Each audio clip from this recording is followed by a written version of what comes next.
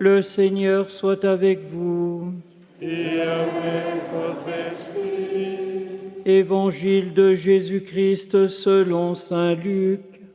Gloire à toi, Seigneur. En ces jours-là, Marie se mit en route et se rendit avec empressement vers la région montagneuse, dans une ville de Judée.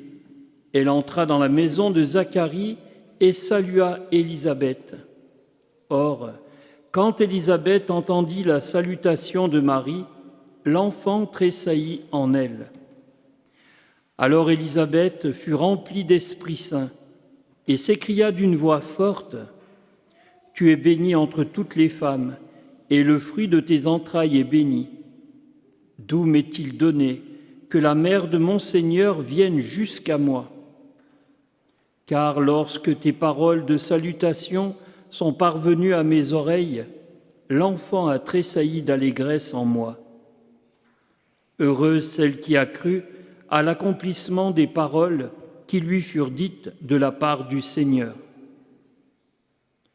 Marie dit alors: « Mon âme exalte le Seigneur, exulte mon esprit en Dieu mon Sauveur.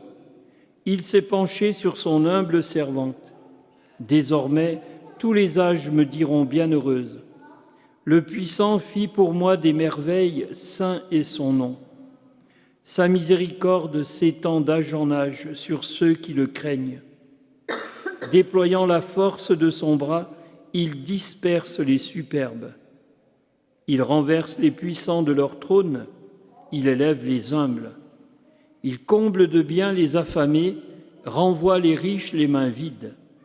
Il relève Israël, son serviteur, il se souvient de son amour, de la promesse faite à nos pères en faveur d'Abraham et sa descendance à jamais. » Marie resta avec Élisabeth environ 3 mois, puis elle s'en retourna chez elle. Acclamons la parole de Dieu. Louange à toi, Seigneur Jésus.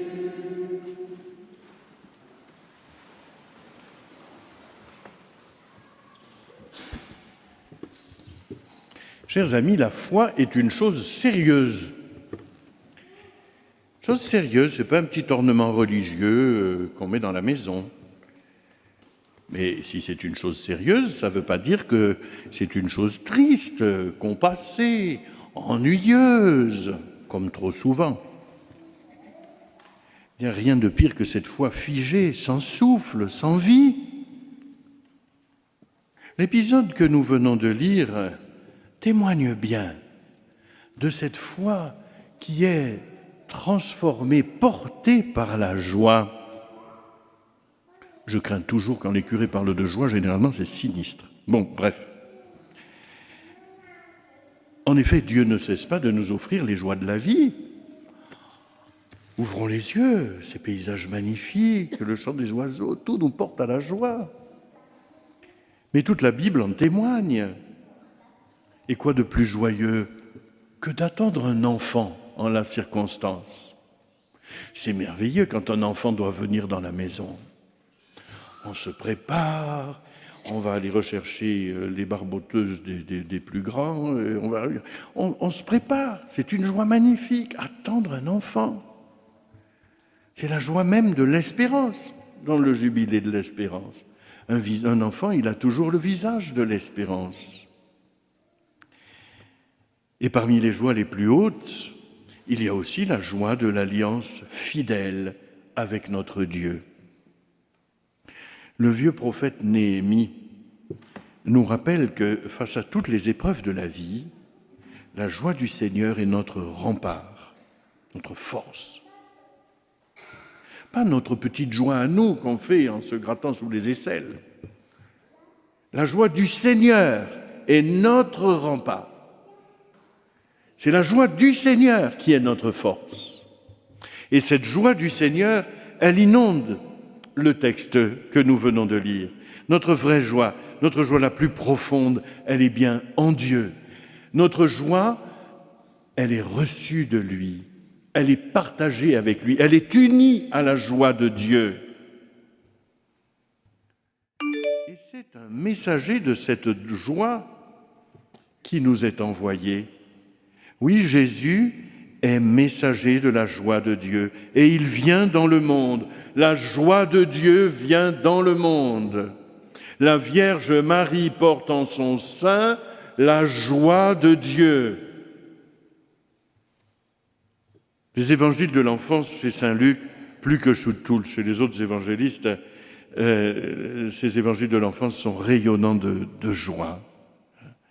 Et spécialement l'épisode que nous venons d'entendre, l'ange a annoncé à Marie qu'elle serait la mère du Sauveur et il l'a prévenue que sa vieille cousine Élisabeth était enceinte depuis 6 mois, elle qu'on appelait la stérile. Alors, nous dit l'Évangile, Marie se mit en route et se rendit avec empressement vers la région montagneuse dans une ville de Judée. Marie se dépêche. Mais pourquoi est-ce qu'elle court? Elle part en hâte à la rencontre d'Élisabeth. Elle part dans la montagne. Mais pourquoi est-ce qu'elle court? Mais parce qu'elle est remplie de joie. Il faut n'être jamais venu au sanctuaire du Lot pour ne pas savoir ça. Moi, je vois bien depuis mon bureau. Les petits, ils n'arrêtent pas de courir toute la journée. Parce qu'ils sont joyeux. Et ils poussent des cris et ils courent dans tous les sens et j'essaye de me concentrer sur mon travail. Mais voilà. La joie, elle vous pousse de l'avant, elle vous fait courir. Elle porte la joie du monde. Jésus lui-même. Mais elle devait être une championne de marathon. Avec une joie comme ça dans son corps de femme. Elle porte la joie du monde.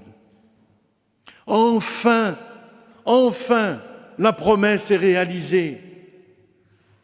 Tous les anciens l'avaient attendue, cette venue du Messie, et voilà qu'elle le porte dans son corps de femme. Dieu s'est fait homme. L'alliance éternelle est offerte au monde. Et voilà la joie du monde qui traverse la montagne de Judée, dans le ventre de sa mère, invisible, personne ne la voit. C'est un peu comme l'Église, elle porte le Christ, mais on ne le sait pas. Mais là où nous sommes comme chrétiens, nous semons la joie puisque le Christ est vivant en nous. Et c'est peut-être notre mission. Comment garder sa joie pour soi-même? La joie, elle est faite pour être partagée. Et Marie est messagère de joie. Elle l'est aussi pour nous ici. Ici, le sourire de Marie, ce sourire paisible, ce sourire qui est l'expression de la joie de Dieu, n'a pas cessé de briller depuis plus de 300 ans. Ici, c'est le sanctuaire du sourire du ciel. C'est le sanctuaire de la joie de Dieu. La joie de Dieu vient à nous. Elle est venue à la rencontre de Benoît ici même, comme elle est venue à la rencontre d'Élisabeth dans la montagne de Judée. La joie de voir les cœurs réconciliés dans la douceur du pardon de Dieu qui est distribué ici avec tant de bonté. Joie de voir les âmes converties, revenir à Dieu avec amour. Ici, c'est le sanctuaire de la joie parce que le chemin s'ouvre. Ces chemins fermés de nos tristesses ou de nos désespoirs s'ouvrent tout à coup au sourire de Marie. C'est toute sa joie de femme et de mère.